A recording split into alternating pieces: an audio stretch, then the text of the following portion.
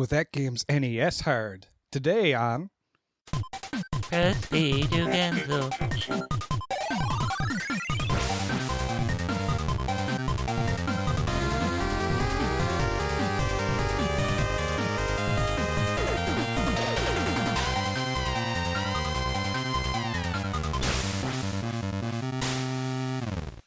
Welcome to Press B to Cancel, everybody. I'm Pulse109. With me are the esteemed guests that have been here with me for every other episode, and the guys that know what they're talking about. Wait. The other guys have been here every episode? Okay, never mind. So, Werewolf, welcome to the show. If this has been your first time, I don't think it has. Okay. How about you introduce yourselves really quick? Everybody knows each other here. We've been on the show together since the beginning. And, of course, Werewolf is here for the first time ever today. Thank you for having me. Humbled to be here. Humbled to be here? Okay. And we also have Guy Prime from the Retro Therapy, also known as GP. Hey, what's going on? And before we go any further, Pulse, you did say you would sign my community service thing for the court, right? Yeah, for volunteer service? Yeah, okay, thank you. Okay. Yeah. Okay, so now that we got that, that's full discretion. Everything's covered. We also have Sick Jake. It's my first day. Thank you. It's your first day. Every day is like my first day. Okay, so guys, on our first day here, we're going to talk about NES Hard. All right, the term that people have come to use either adoringly or hatefully. What I want to say is just discuss a few things with you guys, see what we can come out of it, but it's a lot more subjective than I thought it was going to be. There are a few theories, there are a few facts. Some of them are a little bit more obvious than others, but some of them are things that make you go, I think is how the song goes. But let's just start off real quick. I want to say old NES games were hard, poor designed, and needlessly difficult. That's something I subscribed to up until about a year ago. And so when we were talking about episode ideas, this one really stuck out to me because I totally agreed with that. And in theory, I kind of do, because NES games are hard. We have a ton of games that people are scared to touch, and you will watch somebody on Twitch or any other platform just playing it because you want to see someone suffer like you did as a child. So let's just talk about it. Like I said, I'm going to do the schoolboy thing here. We're going to start with a definition. This is, like I said, the first definition that suited my purposes, so it worked out really well.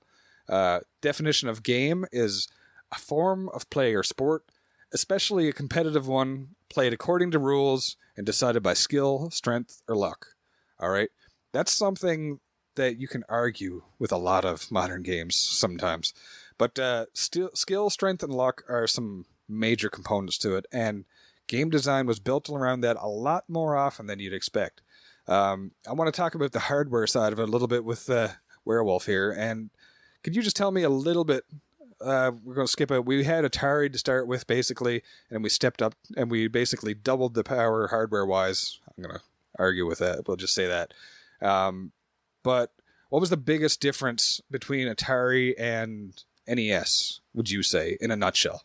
Over time, it really became the ability to have playing boards that were much bigger than one screen. They could scroll along and extend, go up, down, whichever, left, right. They could show more characters on screen, more sprites, more details, more colors, more... I believe it had the ability to play more sound channels, so you could have something that more resembled music. And in general, it was more. I think the only thing it had less of was the overall color palette. But even then, it could show more on screen at once. Exactly. So everything was amped up, It was another thing that was common with, I got to say, that started out with early NES games. I think Jake might actually be able to tell what I'm thinking about here. Jake, what's something that Atari and NES had in common really at the start? Well, when it comes to Atari, there was definitely that technical limitations, and that expanded, of course, with the NES hardware. But early on with Nintendo, you can tell that game developers didn't quite know what to do with that additional space and power. So much like the Atari games, which were all based around high score, there was almost never an ending to an Atari game. It was always an infinite loop through the levels that got harder as you go. A lot of early Nintendo games were the same. One example for me would probably be like Balloon Fight, for example. Balloon Fight had a series of levels. It was almost entirely score-based, though. A lot of it was based on score. Oh, yeah. There's a lot of early Nintendo games that are all the idea of a score and difficulty increasing, but not increasing difficulty in the way of the level design, but more just the enemies got harder, got faster. That infinite loop was definitely prominent for the early Nintendo games, and it felt a lot like Atari stuff. Okay, so like, you could have more responding enemies and, more pinch points in, a level or stuff like that. Is what you're getting at? Yeah. Would you call it bad design, or would you call it more learning along the way? Because this is really early in video game history, right? Well, it's all at the time unwritten manual. This is all early design, right? This is all brand new for them at the time. And when you look at, you had a system on Atari, you had Asteroids and Space Invaders. There were no levels, right? The one Atari game I loved was Keystone Capers. And I think the only thing that really changed with that was the number of elements on the screen, the number of enemies increased with each gameplay loop. Otherwise, it was identical. Right. If you're lucky, the colors would change. But with the Nintendo, with the more space, you had the ability to actually do true levels. But early on, they didn't know how to do that. And you had a lot of looping gameplay. And I think that's just a learning experience for Nintendo and what they could do with it. This is also just after the Atari video game crash. And I think a lot of developers wanted to play a little bit safe in the beginning. They didn't want to experiment too drastically. They want to make sure that they didn't crash like the Atari did. I hear you. That's I couldn't put it better myself, actually. That's great because, video games, they were trying to design them to be arcade cabinets for your house. You wanted to play a video game that you could play like Riger. You could play it at home or you could play it in the arcade. You wanted that experience. But, arcade cabinets, of course, had much better hardware. They had, could handle more stuff going on. So it's great. But, there's limited capacity in a cartridge, and, the hardware and the software are very limited. They're still learning. This is all just breaking ground. So what ends up happening is we have to make everything kind of better at once. We need to keep people engaged in more than one way. It can't be like conversation with games now is it's a great story, or the gameplay is tight, or, it's never difficulty unless you're talking about Dark Souls, and that's the thing about Dark Souls. I can't stand the series. I love watching them. I can't play them. I'm terrible at them. But it has a lot more in common with NES than I ever thought. And we'll get into that a little bit. One thing that we want to talk about is subjective. Everybody has a different experience. This is going to be harder for me than anything else. I can't play Contra without 30 lives cheat. GP, on the other hand, can do it usually deathless, and he does it constantly, and it makes me angry, and so I hate it when he plays Contra around me. But GP, I got some questions for you, actually, since you are obviously much better at these platformers than me. So are you open for questions, Doctor? Yeah, I'm currently taking questions. Go for it. Okay, perfect. So, early NES games, would you say they're harder at a glance than, say, Super NES or N64 or anything newer? In my opinion, yes. Yeah. Sorry, do you want me to go on and elaborate, or do you just want the one-word answer? Give me a little elaboration here. Let's see what's going on in the brain of GP. Well, I don't know. We're doing blind runs. You guys know that. And puberty this year. Apparently, I'm hitting puberty finally. But no. And congratulations! I'm still waiting. Just in time for the wedding. Right. Yeah. No. So going back and doing all these blind runs and playing these games for the first time, most of them have been NES, and there is definitely, in my opinion, just that NES hard level that does not exist from the Super Nintendo on. Super Nintendo definitely had its own type of difficulty, but regardless of if it's platformers or, RPGs, you look at Zelda, it's definitely, there's a level of difficulty there, and it's a coin toss with whether or not you think it's good stage design or well thought out stages. I think of like Contra, or if you think of just the developers trying to make something that will make a kid want to rent the game endlessly, such as Adventure Island, where it's just death after death after death. But, so for me, the question is, at least with platformers, is it trolley design or brilliant design that makes something NES hard? Now, can I challenge you and say, why not both?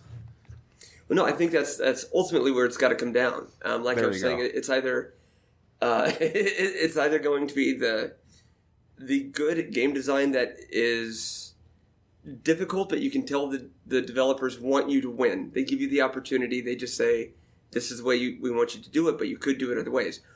Or it's just memorization patterns, which I kind of tend to think that memorization are the weaker forms of platformers.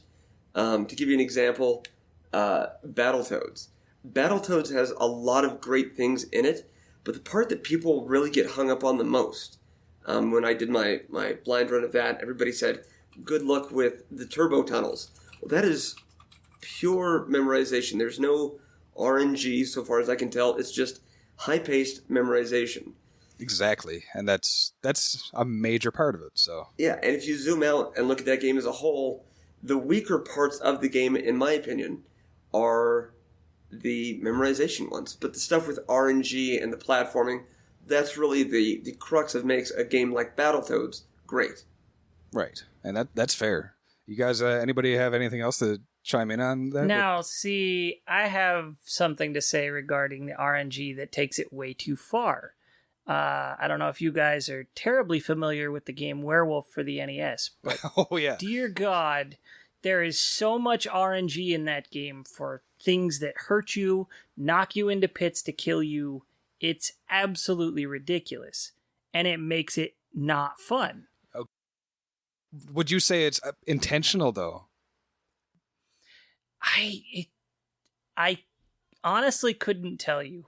It's probably not, because that game was farmed out to so many different teams at once that I'm pretty sure it was not intended so much as a side effect of how the game was developed. Can you give an example of why it was hard? Because I've actually never played Werewolf. Okay, so the level where it gets really bad to the point of near impossibility, because I've seen playthroughs of people going through it, but I've never been able to do it without Game Genie. Level 4. With the water? The water stage. Oh, yeah. There are fish that jump out of the water when you're over a pit of water, and you don't have a whole lot of control to turn back after you jump. And so you jump, and you gotta hope you're on the right trajectory to be able to attack and hit the fish, assuming everything goes properly, because it's RNG as hell. Okay, yeah. And you just, most of the time, you're going to get knocked back, and you don't even land on the logs that are on the waterfall, the ones that you just jumped off of. You'll fall through them to your death. Right. And also, they show off the most of the level underwater is what I remember the most about that. You die, and you see yourself die. Yeah, it's essentially the screen is the board is 2 screens tall and a bunch of screens long. And they made a point of letting you know you suck because you got hit by this RNG enemy that sent you down to your death, and the whole lower half of the board is watching your werewolf fall to his death and drowning. Yeah. So too much RNG Yeah. is a bad thing. Just to go back to Battletoads for a minute, when you look at various sources, top 10 hardest Nintendo games, a lot of them put Battletoads as number 1. I couldn't disagree more, I think, with that game. I think I like Battletoads a lot. Mm-hmm. Oh, yeah, keep going. Sorry. I didn't mean to cut you off. Just like my wife. Hey-o. God. No, it just about with Battletoads. John Bobbitt, is that you? Uh-oh. Here we go. With Battletoads, the game is hard, but is it hard because the gameplay is difficult, or is it because the amount of lives and continues you have is incredibly limited? Right? And that's my thing with Battletoads, is that I think it's not necessarily difficult in gameplay, but the limitation on what you have to play. That's a game I beat as a kid with a Game Genie. Oh yeah, but that's another thing though that we have to take into account is a limitation not just in the hardware but in the game design itself. They put that in there. You have to lose or you have something to lose if you actually die. Modern games, you get respawned outside of, wherever you just died, or you get sent back to the last checkpoint, or the last save point, whatever go from there. But this is where they put the design in there. Sometimes it's called artificial difficulty, and I think that it couldn't be farther from the truth. I mean, this is meant to challenge you. What happens when you die in a game? You start the level over. What happens when you lose all your lives? Maybe you have it continue, but you got to start over from that level as opposed to, like that checkpoint. So there's a little bit more of a punishment there. What happens if you run out of your continues? Well, you're screwed. You got to start over. And, that makes an experience. You don't want to die. you want to get farther than your friend can. Let's challenge each other and see who can get to the further level. We're never going to beat this in the first try, but we're going to see who we can beat, amongst ourselves. So that's just something I think you get better, and it forces you to get better. And like you said, with Battletoads, memorization is a huge part of it. It's not just quick reflexes. You show me somebody with the best reflexes who's never played Battletoads, never seen it, and see if they get through the turbo tunnel or through, I can't even remember I want to call it speed bikes on crack where you're in the rockets. Volkmeyer's Inferno. The pizza cutters. Volkmeyer's Inferno, thank you. There's only there's certain things about that you can't really comprehend on your first go through. Like, you have to go forward, you have to go backwards. Up and down is one thing you have to know ahead of time. It's physically impossible to do it the first time. Well, not impossible, but there's more luck involved. So, that is, you can argue that is bad design, but no, it forces you to play through it again. You got to get good, kid, and that's something that Nintendo really forced people to do. You couldn't do that, and there's different reasons for that. You'd practice. Practice meant, oh crap, I died again. Continue is over. You got to use your memory, your skill, and you got to strategize. The strategy might be, don't kick this guy in the face. You have to punch him 3 times and walk away. Like if you're playing Double Dragon or, something else like that. The better you get at an old platformer is the more strategy you've implemented in your head. And once you get to that level where you're starting to make it so automatically, you don't even notice it. That's when people are the crazy speedrunners and stuff. I don't even like speedrunning, but you have to admit they're impressive to watch because it's just muscle memory more than any reflex. They know exactly what's coming and they've practiced. It's like playing an instrument. So it's a whole different experience because of that. And that's the design element. So, Jake, I want to talk to you about designing these games, but when they were released, games get tested, right? Well, they get tested, but when you look at game developers back in that era, the teams were much smaller than they are, today. Modern game companies can be 100 employees or thereabouts, right? We didn't have that back with Nintendo. It's larger than the Atari days where you had some games created by one person. But with Nintendo, you still had teams of under a dozen people in a lot of cases. So the person who was designing the levels would more than likely be the one testing them. I mean, if they did have a QA designer, he's doing something else in the team as well. So you mean that I couldn't go to get a job as a 9-year-old boy at Nintendo but testing games? That's not how that worked? I don't think it was like that back then. I mean, certainly that's a job that opened up later on with the Super Nintendo Genesis eras. QA teams for EA and whatnot were notorious. But for the original Nintendo, it's such small teams, it really meant that the person who was the most expert at that game, the developer or the designer, was the one who was also doing the testing.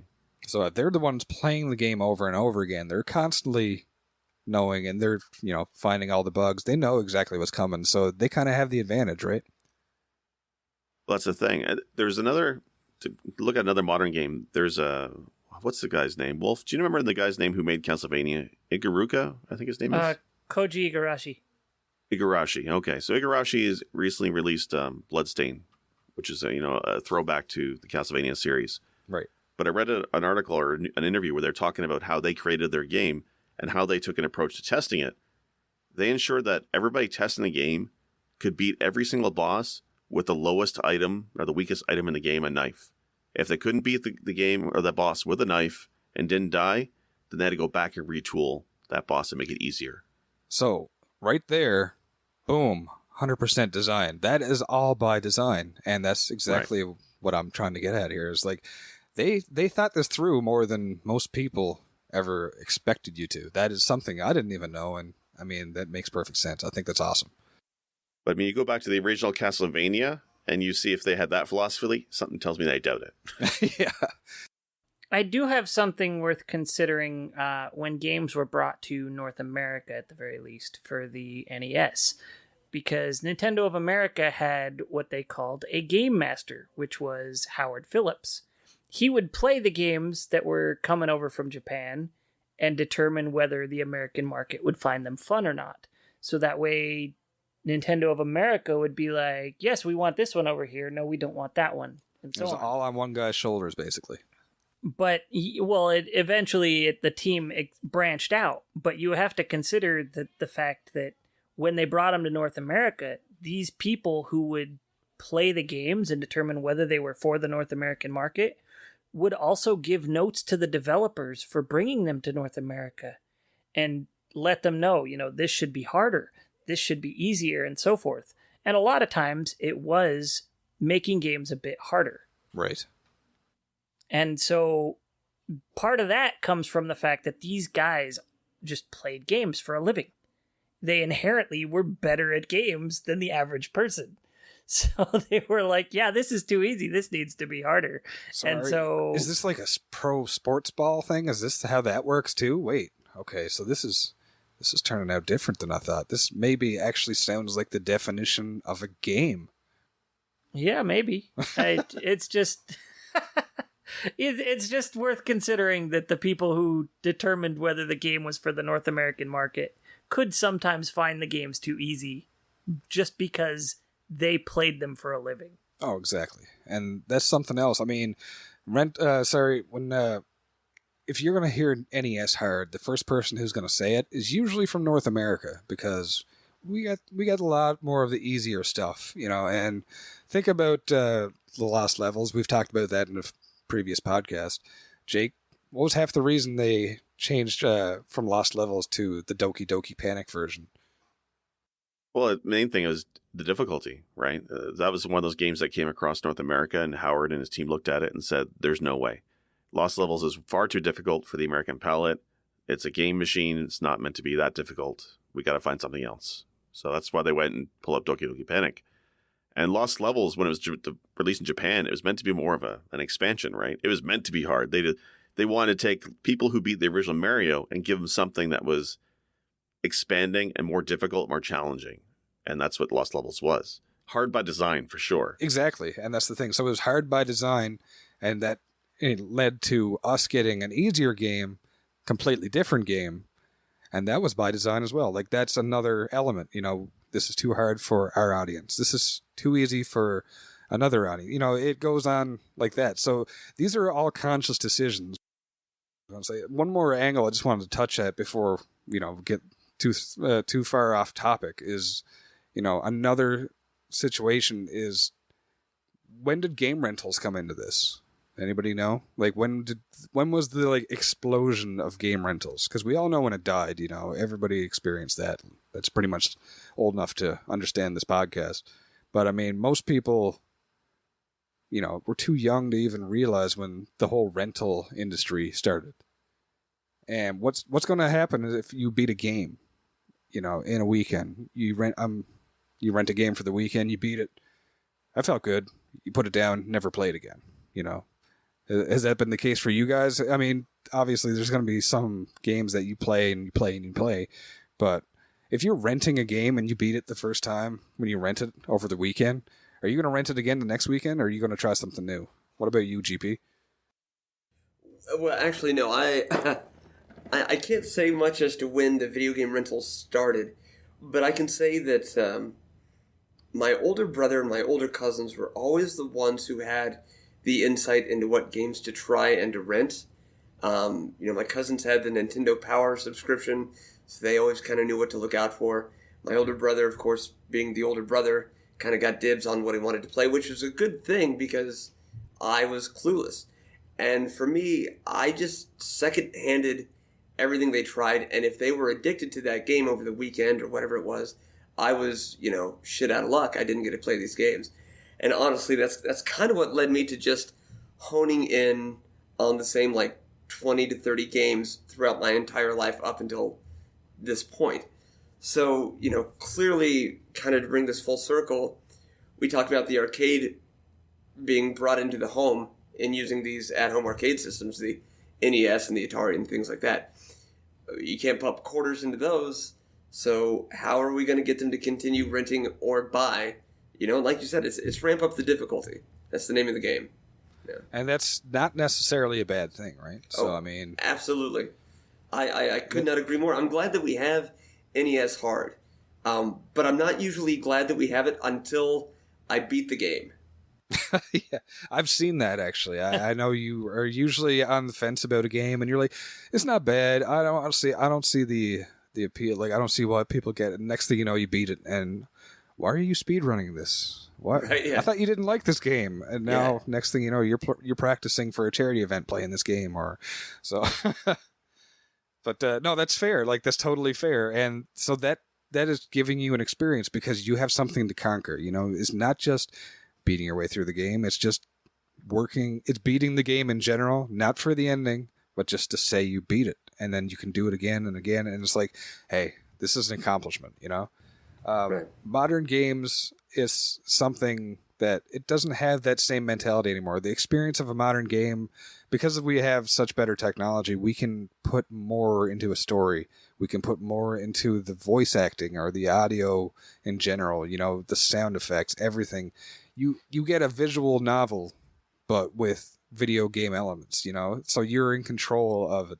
It's an experience. We call it a movie experience. It's I don't know how to describe it now, but it was less game and more,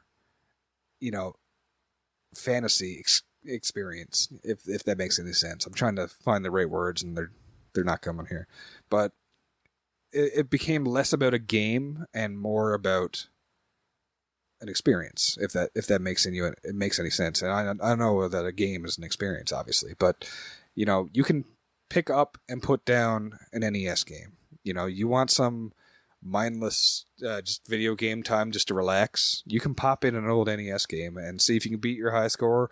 Just go through the game entirely, see how fast you can beat it. Do whatever you want with it. But it's what it is because of what you make of it. The games are very simplified, compared to nowadays, but they make you fill in the blanks, like I've talked about with pixel art. I've talked about the music. The music may be kind of archaic looking back with all the MIDI and the chip tunes, but that's part of the charm. And they went out of their way to make properly composed music that fit with their themes. So another thing that we can talk about is game length. If you spend some, 6 hours playing Ninja Gaiden, you probably might not beat it. That's the case for me. I probably got into the third level and spent 6 hours on it. It's one of the iconic hardest games, but that game was designed really well. There's limited lives. There's limited continues. Are there any continues in that? Anybody? I can't even remember. Yes. Okay. Yeah. So there's limited continues. They have respawning enemies and they'll respawn endlessly. And it seems like a cheese tactic to make the difficulty harder.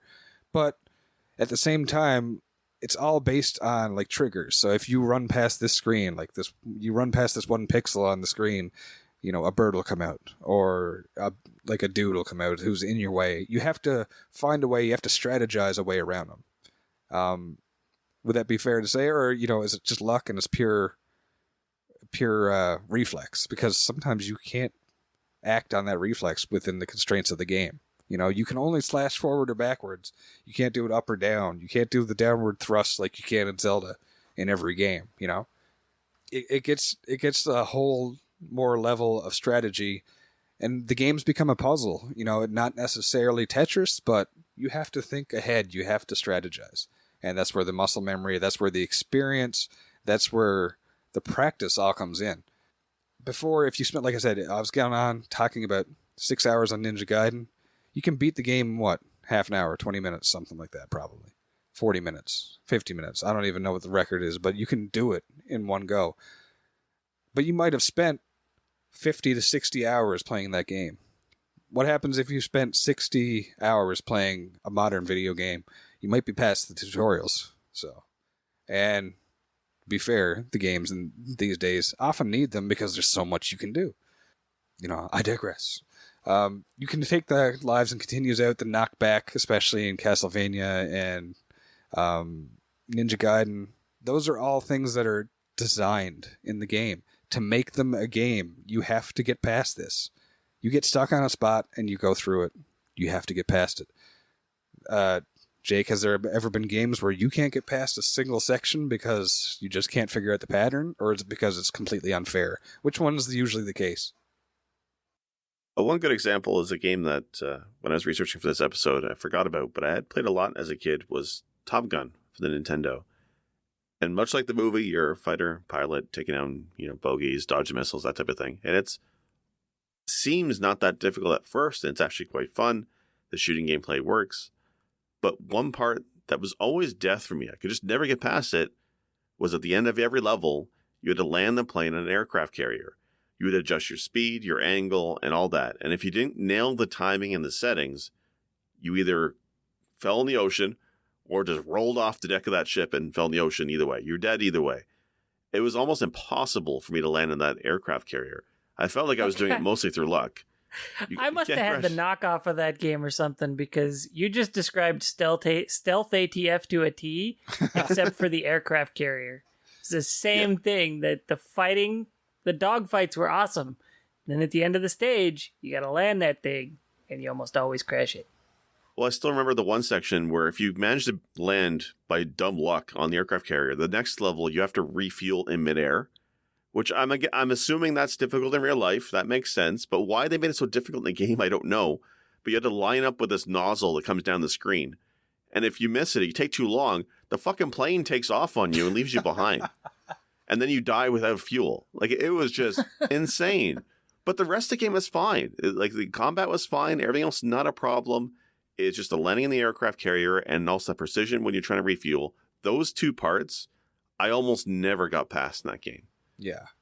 Now, is there a way that it is totally RNG and that you can't adjust to it? Or is it just a matter of painstaking labor of practice? I think it's more a practice or just knowing the right speed and angle to use. I mean, I've seen people play through that game no problem. But I mean, they've played enough of it to know what the settings are. As a kid, you're less concerned about details when you're playing these type of games.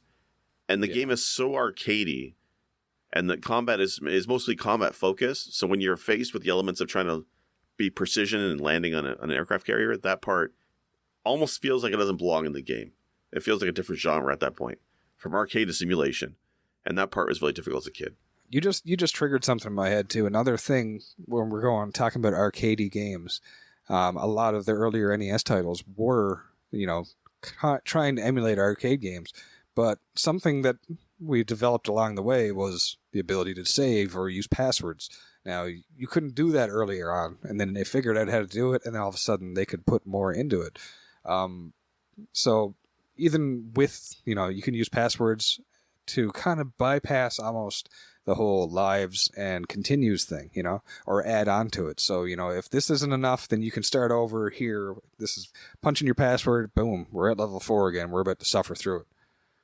Anything you got to think about that, or? Yeah. So again, when you're mentioning about arcade games and bringing arcades home, one of the design decisions behind arcade games was they want you to keep feeding in quarters, right? So the games are artificially made difficult to get more money out of your pocket. Now you bring those games home to the Nintendo. One example I'm going to say is Ghouls and Ghosts, which I actually like the game, but it's brutally difficult, right? You get one hit, you lose your armor. Second hit, you die. Fair. And then if it's the arcade, you have to feed another quarter.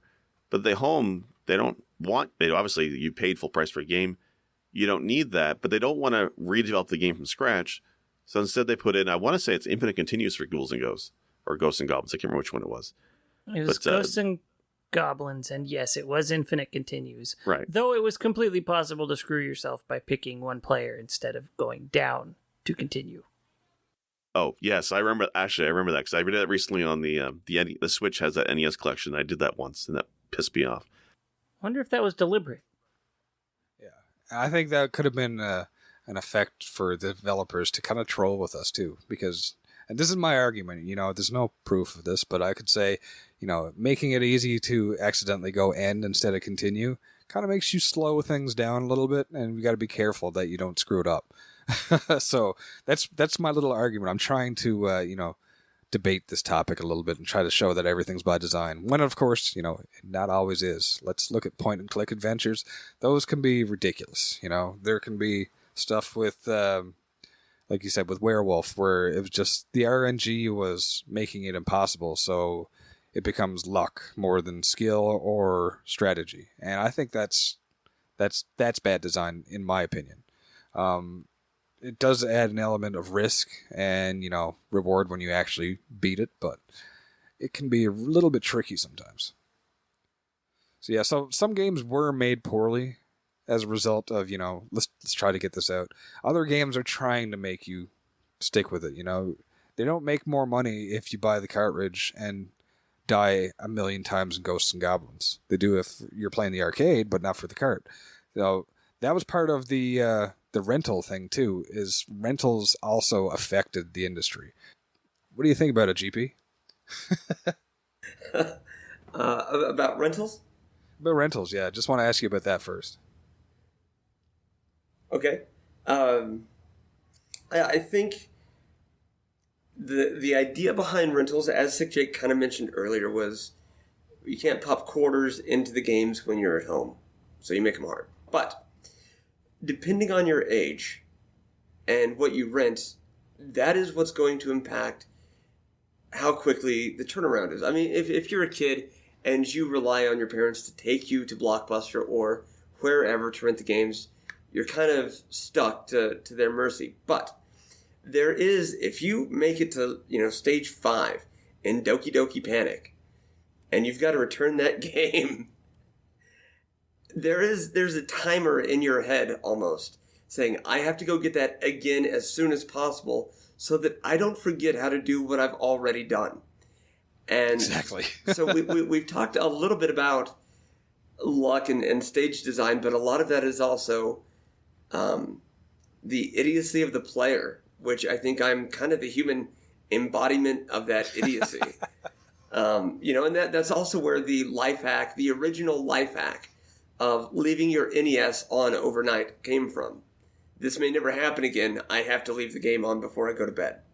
Exactly. Right. So, and then of course, we talked about the bigger games. You had mentioned some of the point and click adventures. I am going to piss some people off by discussing the Zelda games. Those games were long when you first run them, and they are medium length when you know what you're doing. But Zelda, Metroid, it is exploration, pure and simple. So it doesn't matter how good or intuitive the stage design is. If you're new to it, you're bombing everything, looking for hidden entrances. It's not as simple, left and right, obvious as Mega Man or Contra or even Ghosts and Goblins, no matter It's how more of hard an those adventure. games might be. Oh yeah, plenty of Zelda is a time sink of just an entirely different fashion. Yeah, and that's kind of what led to, games giving you more of an experience as opposed to just having a high score or competition. You know what I mean? It's the journey, right? The adventure games are meant about the exploration. That's the point of that type of game. Yeah. And this is before you have a fancy ending that you kind of look forward to and say, I want to see how this turns out. This is, where does this lead? And it's exactly, it's a time sink, but in the best way as far as I'm concerned. I agree. I have a personal anecdote that's kind of in Nintendo's favor on their stance on making games harder because of rentals. Okay. While not an NES game, I did once rent Aladdin for the Super Nintendo. Nice. Within 2 hours of renting it, I had beaten the game. Yeah, I remember So reading that one too. I took it back and ask them to let me rent something else because that game was just so quick it was ridiculous. Yeah. So they let me rent something else, something that wasn't like brand new on the shelf because they were like, well, you did already rent this other thing. But I was like, okay, cool. So I rented something else. But I've never played that version of Aladdin again. Yeah. And that's the thing, games became more disposable, and, for better or worse, that's how it's gone. How about Jake? Do you have any experiences with rentals? Well, yes, I do. That sounded rehearsed. Me? No. I didn't Google this 5 minutes ago. No, but what Wolf just said is the number one reason why Nintendo did not like rentals, right? The VHS or the tape, rental store started in the late 70s, but games didn't start coming out until, I want to say, mid-80s. And Nintendo tried to block it with lawsuits. Basically, they took Blockbuster to court, for example, and Blockbuster actually won the right to take Nintendo games and then rent them. Nintendo wanted people to buy the games right off the bat. Why? Because some games you could beat within an hour. I still have I remember one game I played. It wasn't Nintendo. It was a Genesis title, Ren and Stimpy. I borrowed it from a friend of mine. I beat it in 20 minutes. No lie. 20 minutes. If I had paid full price for that game, I would have been upset.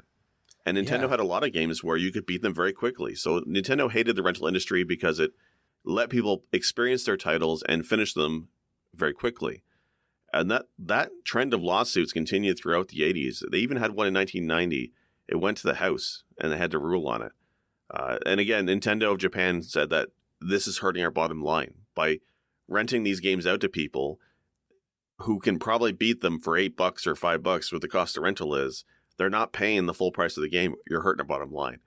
And the courts upheld the decision and said, no, it's no problem with renting out titles. It's no different than the home video market. Right. And that's fair. I mean, in regards to rentals positions, but Nintendo had a point, but, that was on them. So they made games harder, and not all games. I mean, not everything's as fun and as easy as Kirby, and Kirby was made to make things fun. I mean, Kirby is not a hard game, but they're great. And I want to play a Kirby game just as much as I want to play, a Castlevania game sometimes. Sometimes you just want to play something. And it depends on the mood. What Kirby game is not hard? Which one? The first one. The first one? The Game Boy one? No, the Nintendo one. That's not the first one. That game is hard. What's wrong with you? No way. The one boss fight with the moon and sun, that was a hard-ass boss fight. One boss fight, man. I don't even know. I just remember it being easy for me.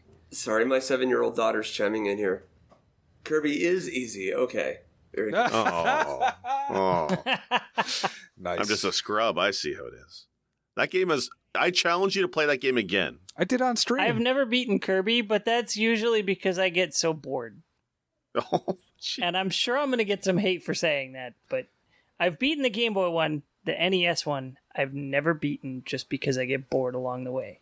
Yeah. And, I mean, see, this is the thing. And things get subjective along the way, when it comes to difficulty and stuff. Jake just said it's hard.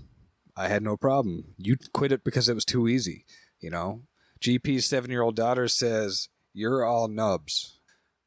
It comes down to experience. Everybody's going to have a different experience, and NES Hard is a very subjective thing, even though there are a lot of elements that make hard games or hard elements to these games. For me, I hated NES games up until like a year and a half, 2 years ago, because, I couldn't get it to work. That's age. My console's worn out. Carts don't want to work. When they did, they crap. Half the time they might crap out mid-game if, the wind changed. The difficulty was NES Hard, and I felt it was because they didn't know how to make games. I just felt like this is hard for the sake of hard. Now I know better. Like, they're hard on purpose.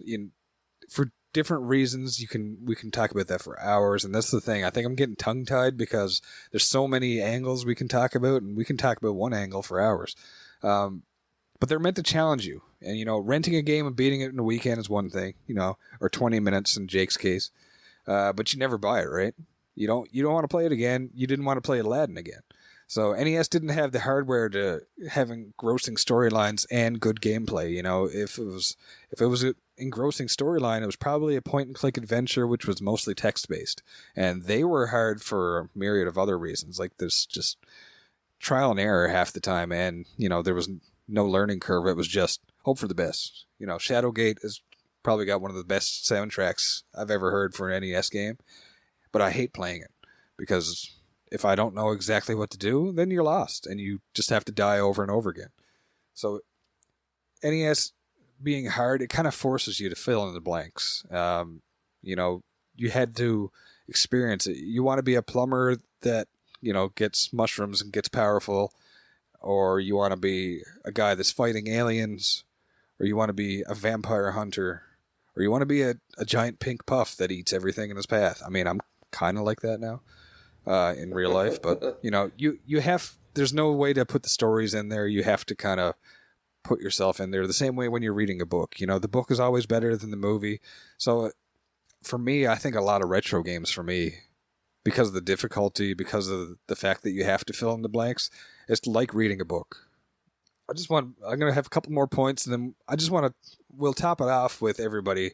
We'll just talk about our like number one game we fear the most. You know, why is this the hardest game that you played, or why one of them and you don't want to touch it? I think I know what Jake's is already, but that's not for NES. You don't know me. You don't know me. But one thing too, you don't know Jake. You also have one thing now that is built into the game that wasn't there before that I want to mention is manuals. And my God, I miss manuals. Do I ever miss the instruction manuals? That was what I did when I rented a game before I'd play the game. If it was just enough to read in the car trip home, which was only a few minutes for me, okay, I know what I got to do. I know what this button does. I know what that button does. Good. If it wasn't and it was longer, like say for, you know, something a little bit more complex, I would sit down on the couch and read it before I'd even put the card in. I might have been the only person who does that. I don't know. I wanted to play the game, but I wanted to feel prepared for it. And so reading the instructions for me is always the thing. Like I do that with my tools now, even when I buy a new tool. So it kind of works out that way. But they don't have the same information. You have to feel it out sometimes.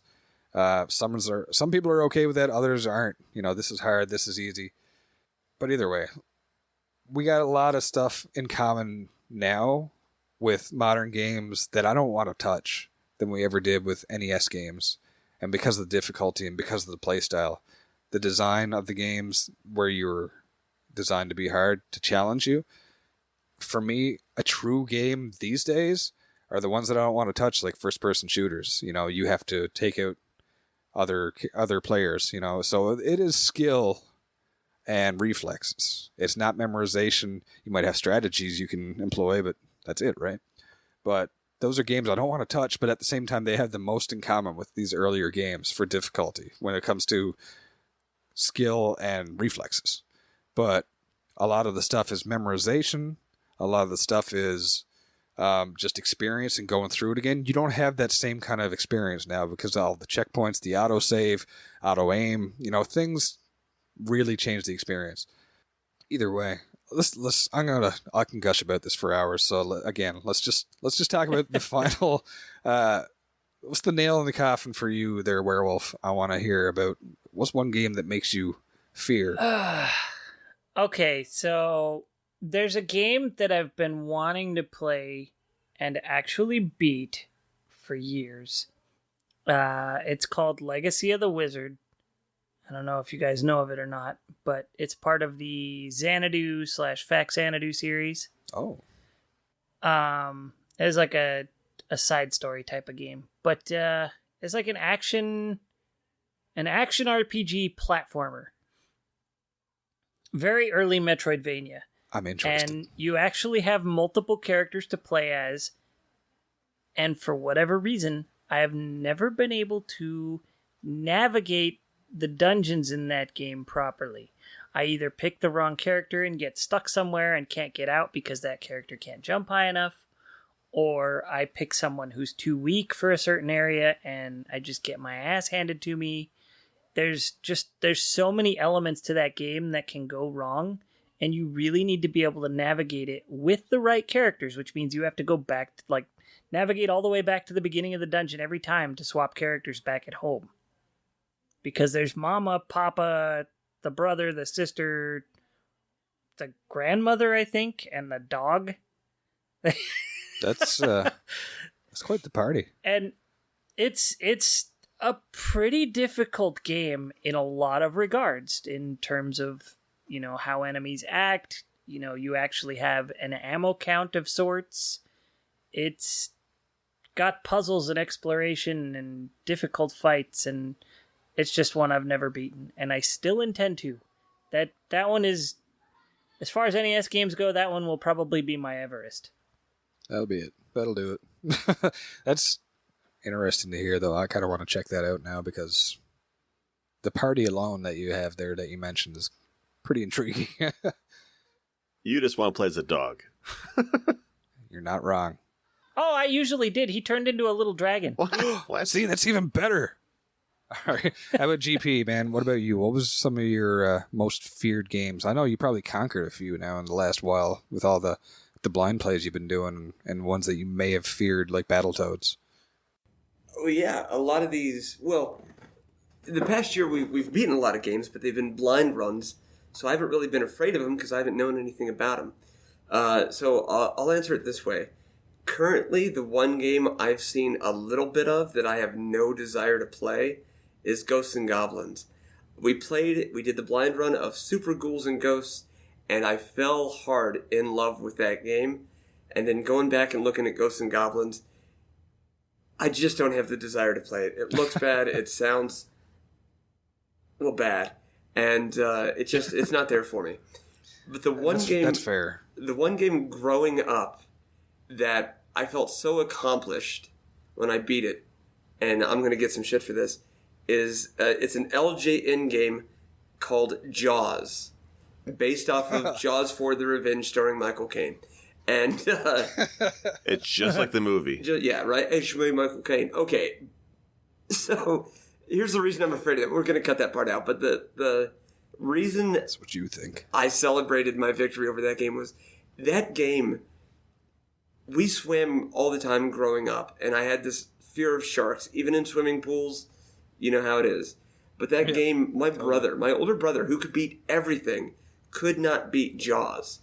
And so to try to even fathom playing the game that my brother could not play it was out of my league. And so fast forward 30 years, now I'm technically a man, and I've played it and I've beaten it. And of course, if you've ever beaten it, you understand how shitty the ending is.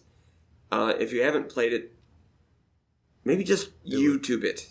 Don't worry about beating it. But so growing up, it was Jaws or Teenage Mutant Ninja Turtles. As an adult, I've beaten them both. Ninja Turtles, much more rewarding. And just completely forget Ghosts and Goblins.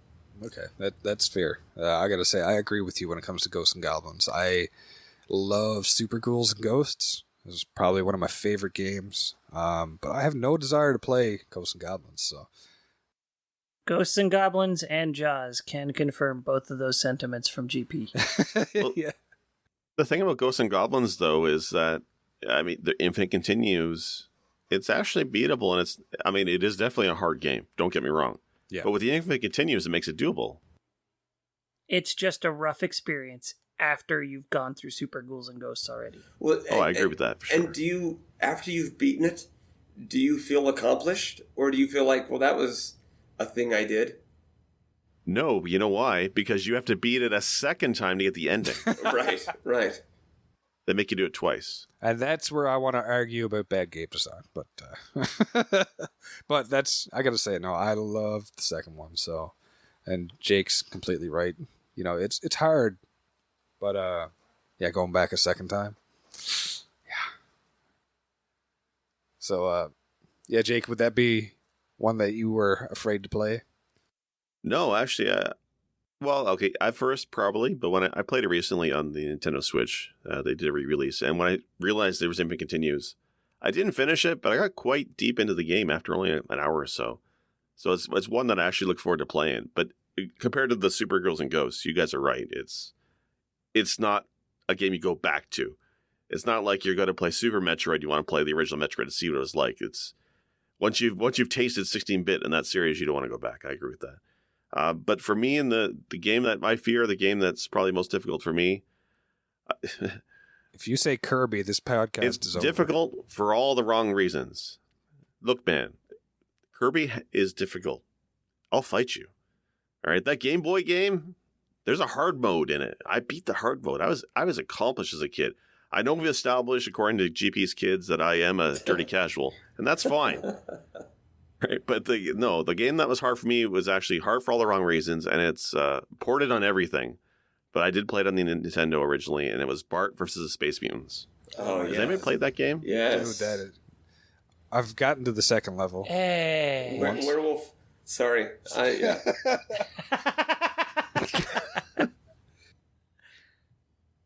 That one was actually recently given to me by GP, and Complete in box. Very nice.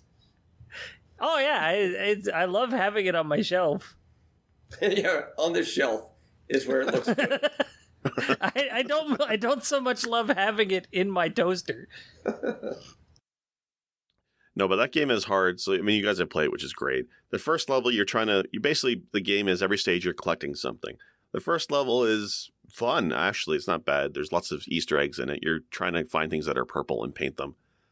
The second level, I think, is balloons or coins or shoes or something. But the level that really set me on the edge, that really got me, was the museum level, where you're collecting exit signs, which is the dumbest concept.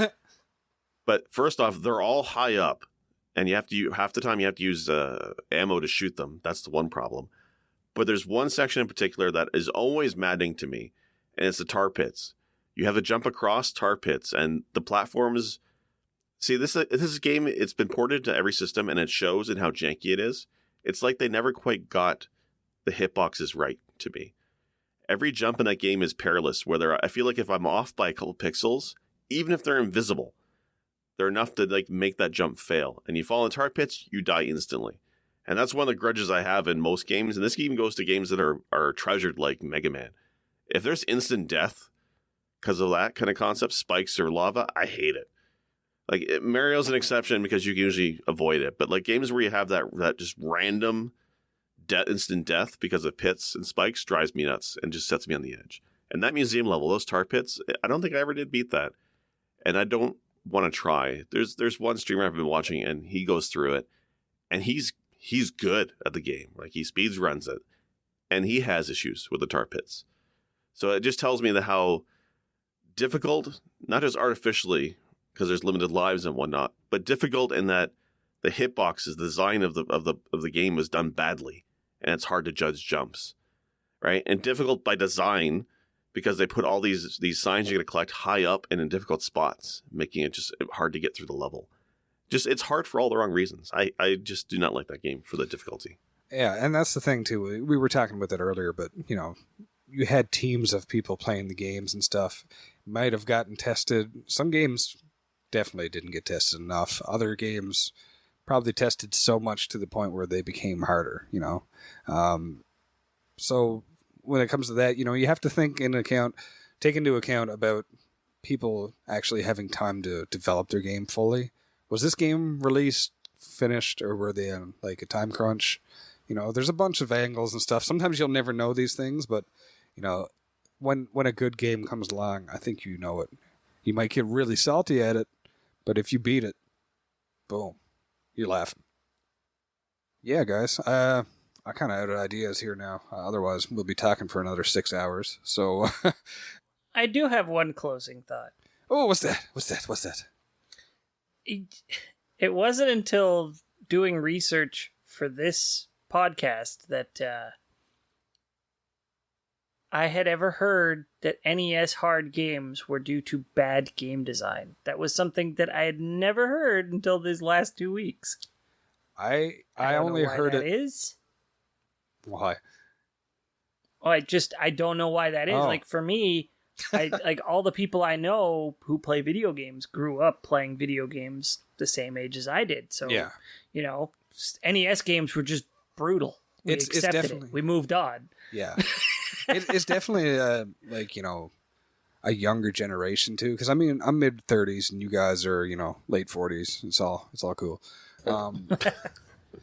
Kids, like younger kids, are like, you know, this is crap, this is too hard, and stuff like that because they've never experienced this whole thing. So, you know, that generation gap between modern gaming and how games are designed and planned now versus how they were made back then are two different things, you know.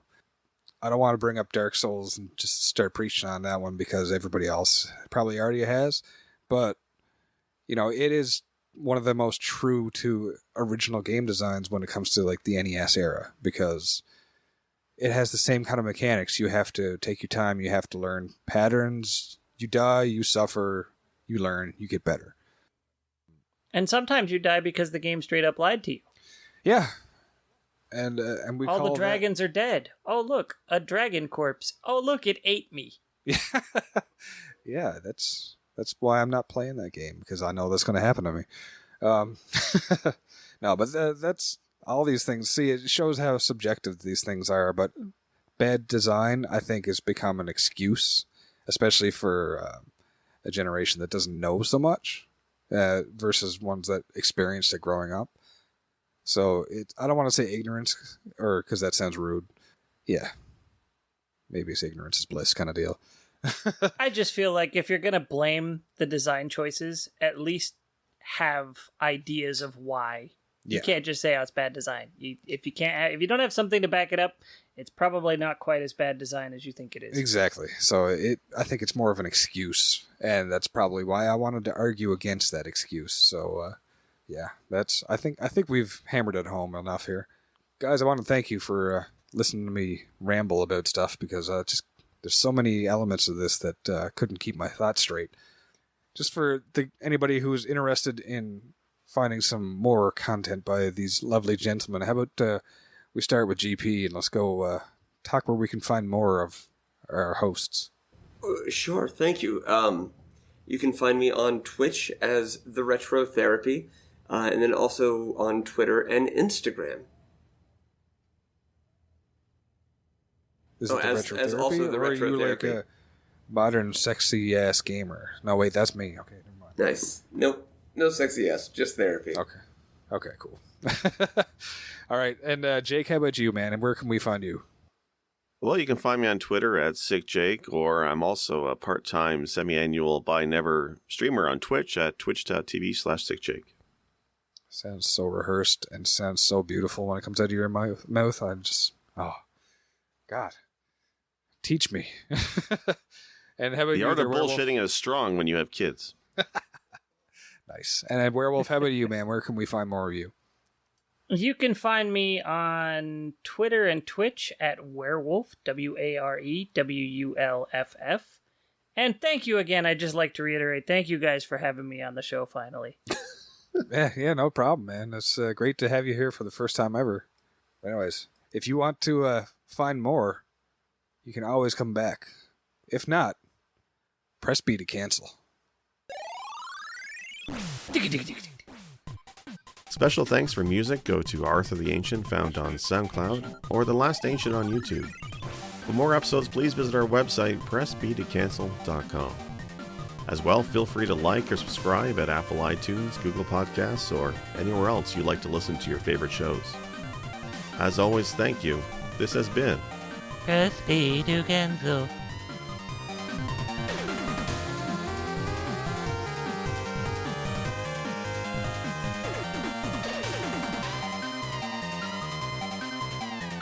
Yes.